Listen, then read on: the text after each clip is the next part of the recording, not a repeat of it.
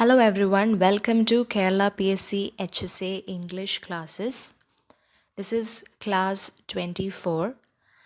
In the last class, we have already started module 2 drama.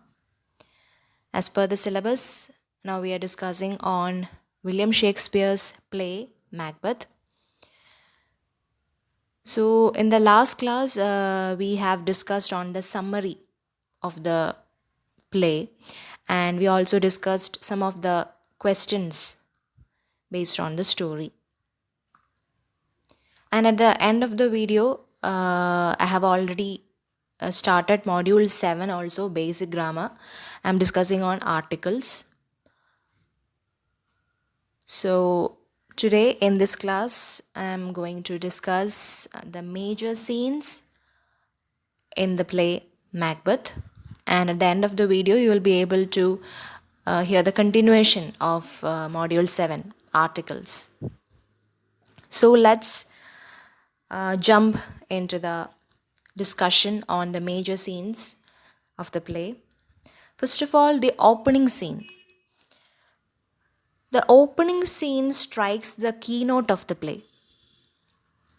The atmosphere of evil and guilt is introduced in the scene. The play opens with thunder and lightning. Three witches, the instruments of darkness, agree to meet Macbeth on the heath at the end of the battle. So, there we can see a world of darkness and foulness.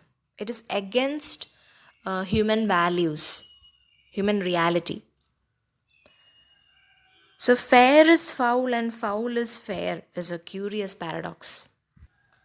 What is fair for ordinary human beings is foul for the witches, and vice versa. From the first appearance of the witches itself, we can realize that the story will have a tragic tone. The thunder and lightning symbolizes that mystery and tragedy that is going to happen in Duncan's kingdom. Next important scene is the temptation scene. It is the seventh scene of the first act. So in this scene, we can see Lady Macbeth tempts Macbeth to murder Duncan. She wants to make her husband the king. So it is her actions in the scene that earns her the title Fiend like Queen. She knows that her husband is very ambitious, but very passive or mild to seize the crown. So she knows that she will have to, tempt or urge her husband to become the king. So she uses all her strength to persuade him. She even calls him a coward and insults him. And she even says that she would murder her suckling child rather than break her promise. So she instigates Macbeth to see himself in terms of her plan for power. She advises her husband to look like an innocent flower but be the serpent under it. He yields to her temptation and kills Duncan. Next, the murder scene. Macbeth wants to become the king of Scotland, but he doesn't have the strength to kill Duncan. He is afraid of the consequences. So Lady Macbeth tempts him to murder the king. At last, he kills the king. Lady Macbeth has drugged Duncan's servants. When Macbeth waits for the signal from his wife, his imagination conjures a dagger which he cannot grasp. He gets the signal, goes in and murders Duncan. He comes out with bloody daggers, and Lady Macbeth asks him to take them back to Duncan's bedchamber and to stain the faces of the grooms or servants with blood, so that the suspicion may fall onto those grooms. But he refuses to go back to the scene of murder. So Lady Macbeth takes the daggers back. So she's such a powerful character. So, looking at his blood-stained hand, he wonders if all the waters of the ocean will wash the blood off his hand. But Lady Macbeth says that a little water will serve the purpose. Next important scene is the Porter scene. The porter with his cup represents the Scottish national character. The porter at the Hell Gate is a traditional figure in the miracle place.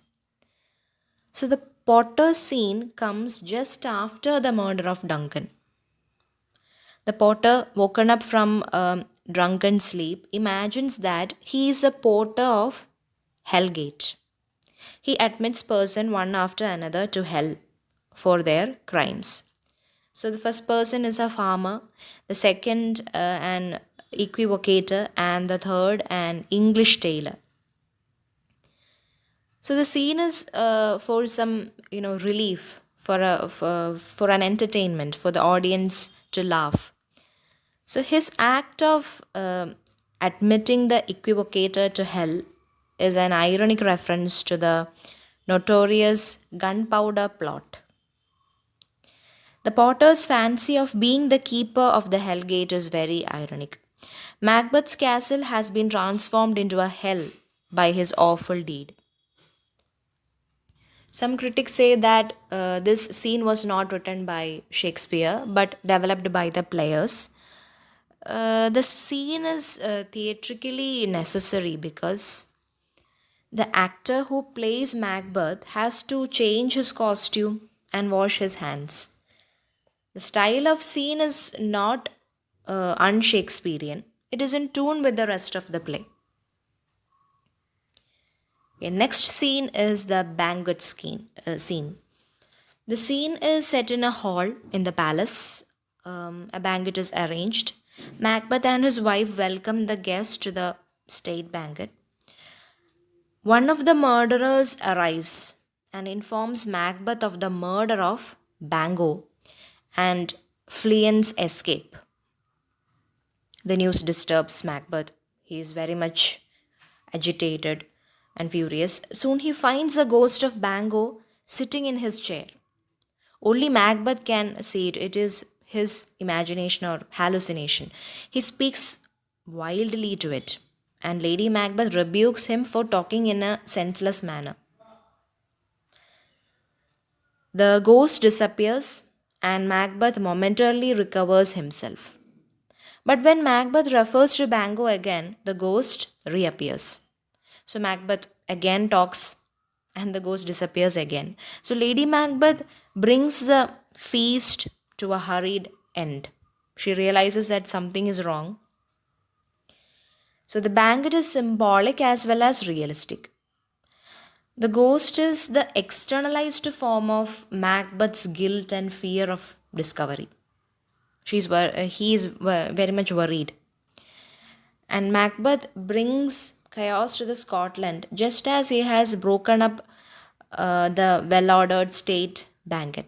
The scene brings out the best in Lady Macbeth too, how she controls the scene, the situation.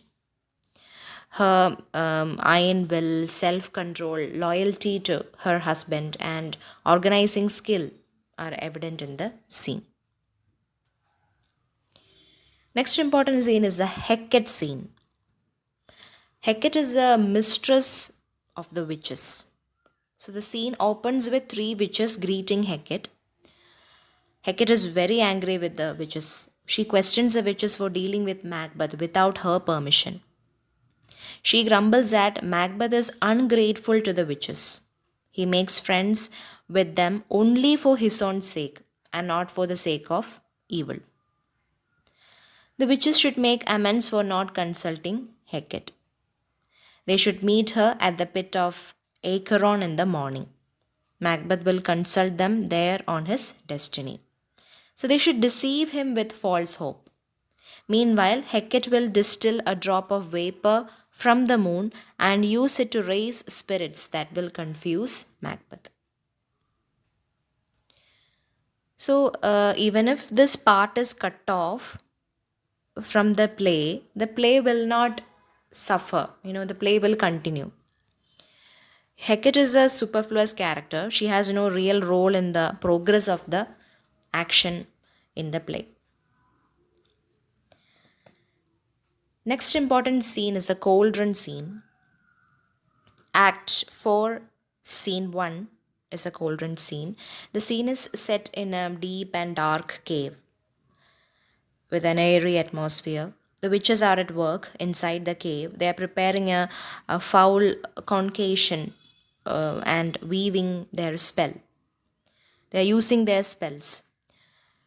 So when Macbeth enters, they agree to answer his questions, and three apparitions appear in order. The first is an armed head, which represents Macbeth's own head, struck off by Macduff.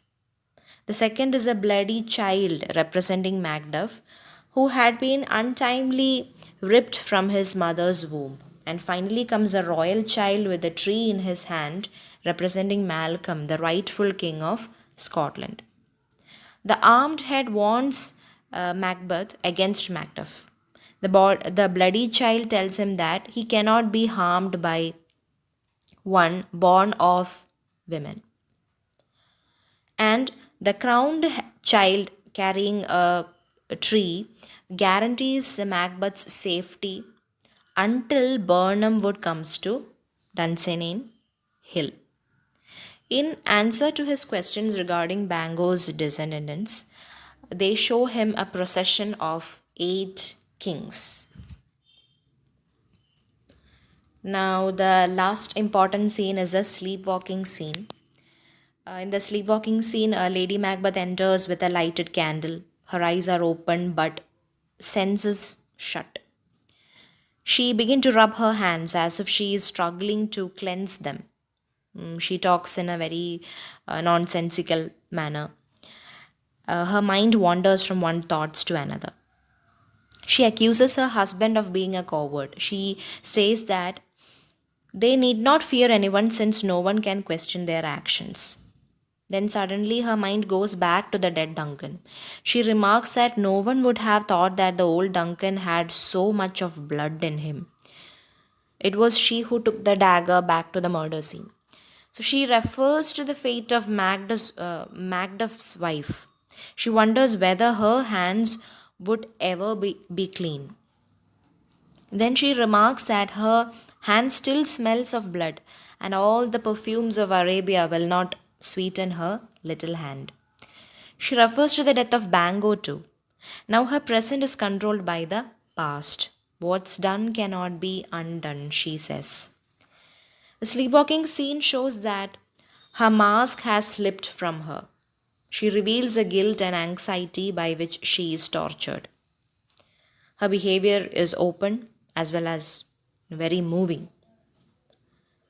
She once declared confidently that a little water a little water will clear the hands to Macbeth. And now she comes to realize that all the perfumes of Arabia will not sweeten this little hand. So these are some of the major scenes of the play. So there ends my classes on the play Macbeth. Now let's discuss some more questions relating to the play. So first question, what is the tragic flow of Macbeth?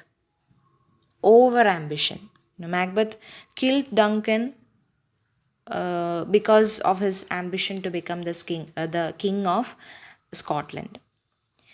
Next question, which Shakespearean character fervently prays, "Come, you spirits that tend on mortal thoughts, unsex me here"? It is said by Lady Macbeth. Act 1, Scene 5. Third question, which Shakespearean play contains the Potter scene? Of course, Macbeth. Next question is very important. Which of Shakespeare's tragedies is called the Scottish play by superstitious actors who are afraid of uttering the name of the play? It's Macbeth. So, Macbeth is also known as the Scottish play. Here is a quotation. Tomorrow and tomorrow and tomorrow creeps in this petty pace from day to day to the last syllable of recorded time. It is from Macbeth, Act 5, Scene 5. Fair is foul and foul is fair. Act 1, Scene 1. All the perfumes of Arabia will not sweeten this little hand. Act 5, Scene 1. Thank you all. Hope you have enjoyed my classes on the play Macbeth. Module 7, Basic Grammar, Articles. Today, let's see during which cases we use indefinite articles a and an. First case is it is used before singular nouns that are unspecified. A pencil, an orange. Next case, used before number collectives and some numbers. A dozen, a gallon. Third case, used before a singular noun followed by a restrictive modifier. A girl who was wearing bangles. A yellow hat. Fourth case, used with nouns to form adverbial phrases of quantity, amount, or degree. I felt a bit depressed.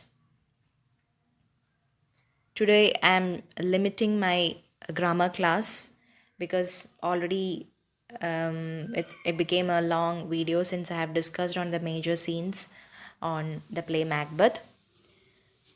So thank you all.